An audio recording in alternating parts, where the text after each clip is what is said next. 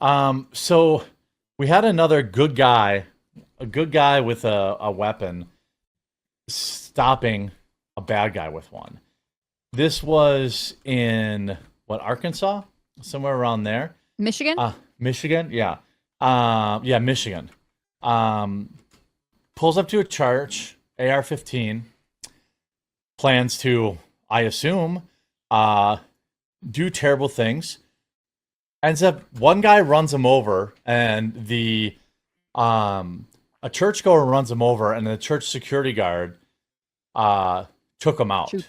Yeah. Yeah, like this is such an argument. Like I've been on record.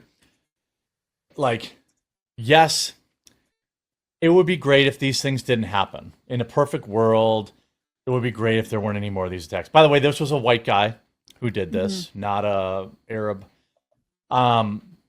We won't know his motive, as far as I know, because he was taken out, which I don't care about. That's fine. He had planned on basically going to a church which was live streaming the ceremony, and taking a bunch of people out. Could have taken out 50 people or more. It says churchgoers attending a morning church service at Cross Point Community Church in Wayne spotted him driving recklessly, and then saw him exit his car wearing a tactical vest, carrying a rifle and a weapon. Police Chief Ryan Strong said the man began firing as he approached the church, striking one person in the leg. A parishioner struck the gunman with his vehicle, and then the gunman fired at the vehicle repeatedly. Strong told reporters at least 2 staff members took him out, causing fatal wounds. I mean, first of all, whoever's in that car, absolute chat. Yes, that's what when I first read this, it's like, first things first. Person thinks I'm gonna hit this guy with my car. Like, yeah, I think that's such a good community effort there. Yeah, runs him over, and then apparently these parishioners, or I don't know if they were some. I saw early reports that it was a security guard. I don't know if often the security guard at church is also a member of the church. That's stereotyping a little bit, but that's probably true. Yeah. He ranted on Facebook before his attempt. Our local newspapers posted the screenshots. Let me look up for that. Let me look up that. What do you think of this story? We'll go to Luke. Should everyone just be armed? I believe so, especially if you are a law-abiding citizen that doesn't have a long criminal track record of of terrorism and robbery. But I teach people self-defense, and I teach people what to do in these type of scenarios. We're going to be doing a class July 13th for my members here in Miami, South Florida, where we take a self-defense course together. I can't recommend it enough, especially if you do own a firearm. You should know how to use it so you don't hurt yourself and you don't hurt other people. I'm very happy that people sprung to the defense here, and we need that, because if we have more people willing to act, they could prevent so many bad people from hurting innocent lives. There's some sociopaths out there. There's a lot of crazy people out there, and sadly, the moniker is true. The only thing that could stop a bad guy with a gun is a good guy with a gun. Yeah. Creating all these gun-free zones, I think, is idiotic, as a lot of the times they're kind of the targets that many sociopaths choose to specifically target, because they know people can't defend themselves against it. And if we're going to have weapons out there, the public should have a right to defend itself with equal or greater means, especially if their life is at threat here. That's why I live in the great state of Florida. I live in a place where I take my ownership of my firearms very seriously, and I think everyone should. I train literally every week, 4 hours every week, on these type of scenarios where we suit up and we go at it, close quarter combat, force on force type of scenario situations. And there's a lot of police officers that always come through, and a lot of them are just not prepared to handle the situation correctly. We brought in one police officer a couple weeks ago, and we ran her through a scenario in the kind of airsoft playing field that we have, that has homes and cars and boats and stores and everything. She shot up all the innocent people because she panicked, and she was in a real life situation. But that's why I like training police officers, because I think, and a lot of the times, the private citizens that come there are more prepared or more well equipped to deal with the scenario than police officers are. So this moniker that police officers are there and they're going to protect you, it's not true. You can only protect yourself. So I think this is absolutely critically important for people to take seriously.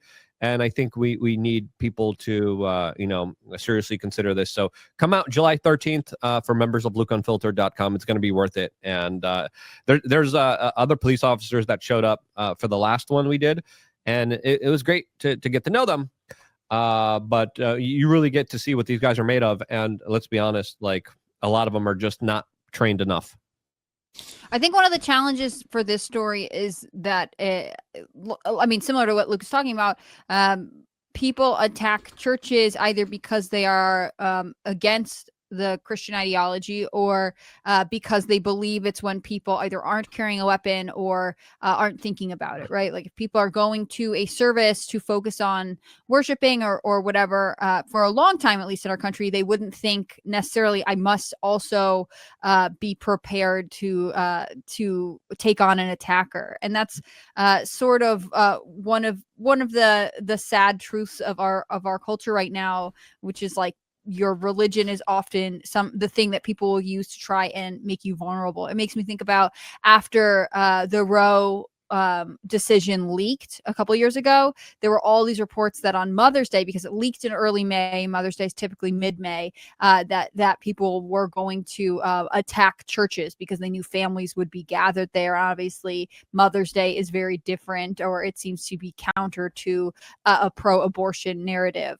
I think that the frustration with the idea that there are no I don't want to say safe spaces, I'm going to say sacred spaces in America is going to increasingly frustrate people. And the fact that this church had a security guard is because they are aware that these kinds of threats are possible, which is sad. Like, I know it's idealistic to say, well, back in the day, we didn't have, this problem. We definitely had other problems in different decades. But the idea that you have to have armed security at a church that, and it's not a huge church. They said 150 people were attending the service at the time. Like that's not enormous. The fact that it needs armed security is not a fate I like for America.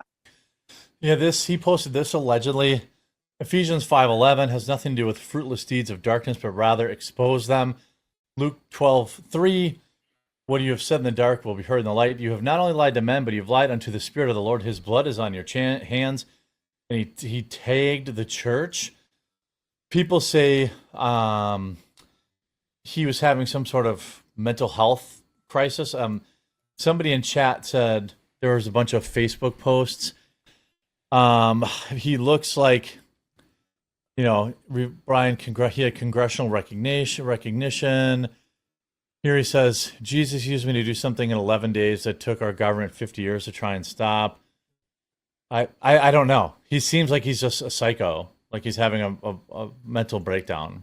Yeah. These posts don't really, He talked about Iran, apparently. Chat, was there anything like, here's some other stuff here. My 29-year-old son died on May 18th in Bay City. I'm reaching the public. See if anyone, what is all this? The image is Tyler Pinner, Brian Browling's friend. He died of a drug overdose. According to the family, it's unclear how Cross Point Church could have been blamed. Pinner had a record of drug possession, and he went after. So his friend died. Apparently, he had posted a cryptic photo on social media outside the church prior to the attack, prompting questions about whether the church had been a planned attack. As of now, authorities have not confirmed a motive. So he blamed the church for somebody, being, I don't know. Yeah, for losing a friend. This is the guy, apparently. His mother was a member of the church. He was a member of the church, I think, too, at one point. So, I think that... Wait, he posted a Facebook video and just called him a liar? What is this? This was Michigan shooter's Facebook profile, Brian Browning. He posted... So, I don't know. He had some issue with the church, blamed him for something, and decided this was a good idea. You go and do something like this, I don't care. I'm glad he's dead. I wish he had gotten help. But you know, I'm glad it went this way and that he didn't take the lives of 30, 40 innocent people, kids, you know, all that kind of stuff. Yeah. So yeah, a good guy with a weapon saved countless lives that day. Yeah, this says he was another Christian nationalist who had a dumb grudge with the church. He was also a PewDiePie fan and had dumb memes on his Facebook. So we're covering all our bases there. Yeah, so he's there's no indication that he's a white nationalist or Christian nationalist anyway, at all. But yeah, so I don't know. I'm glad that everything ended up okay on this one. Luke is rapidly refreshing X. If Trump counterstrikes Luke, I will title Wednesday's episode, Luke Rudowski was correct.